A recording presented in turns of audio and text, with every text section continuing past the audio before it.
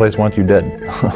It does not like us in the wintertime. You got to get zen with the environment that you're in, and it doesn't matter, if it's Arctic or jungle or what have you.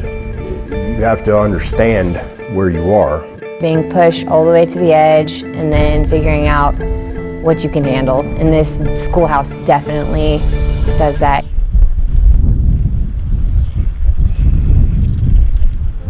Sometimes, enemies don't fire weapons. Adversaries like ice, wind, and snow have slowed down and even halted military campaigns. The primary thing that we're trying to teach here at NWTC is over snow mobility and sustainment. Historically, if you look at the Russo-Finnish War, being able to sustain through harsh conditions pretty much wins the battle.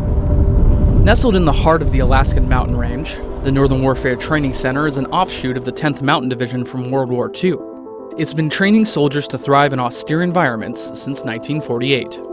You have to understand the environment that you're going into, and that applies whether it be Arctic or jungle, desert, whatever the case may be. You have to understand where it is you are, and you have to understand its peculiarities and these special skill sets that are required to go into that environment and be successful. In a place where it's not uncommon to see icicles forming on your friends' faces. Doesn't feel great. A skill you need to know is one that seems pretty basic. Here, it's every layer, every piece has a purpose. My socks have a certain purpose, my tops have a certain purpose, how many I put on and what order, it's all important, and they learn that here. In addition to cold and snow, this region of Alaska is also known for being remote, which can mean less infrastructure for getting around. The United States is a very machine-dependent army, and so for a lot of folks to get away from their machines and away from their roads and their infrastructure is sometimes shocking to their system. Just for the safety of And without their machines, they have to use snowshoes or skis to move over snow. But some of these students have never even seen skis before. The skiing was difficult. I was never a skier. No, never touched skis. I didn't fall coming down that one though. Glad about that. It's not like snowshoeing. It's like, okay, I've rocked with snowshoes before, and then boom, skis. Try them out more, man. We basically gave you your introductory ski courses that you would get at a resort or something. It's the baby steps. This is how you stand, this is how you walk, this is how you go downhill, this is how you stop.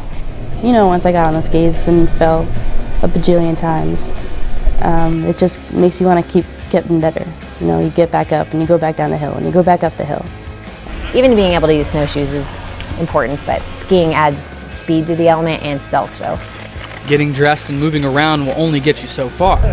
Eventually, you have to sleep and eat and... I pooped in a box for 6 days. Yes. They learn to set up a patrol base using 10-man tents and Arctic stoves, which is about 200 pounds of gear they'll pull on a sled called an Accio. And then we also teach them how to bivouac, how to live out here in this. And they have a 6-day field problem where they're out there in it. They don't come back to the building. And for some of them, it's a significant emotional event for them. That's a pretty accurate statement.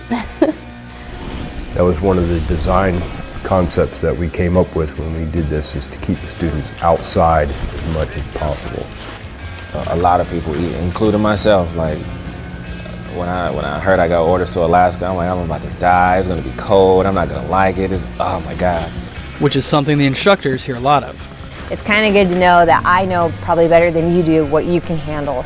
And I love seeing them get pushed to the breaking point, and then they break through it, and then they have nothing but the utmost respect for what we do here, because it does get rough. Nope. I learned a lot, because I had no idea that the Army is training to rappel down mountains, be in this type of weather, and that puts the future of the Army in perspective. Like, we might be fighting people in this kind of weather, having to do this kind of training. You don't ever want to forget the things took you so long to learn. It'd be a huge mistake on our part. When people think of this school, if there was one word that you wanted people to think of, what would it be? Essential. essential. It'd be one word descriptor, absolutely.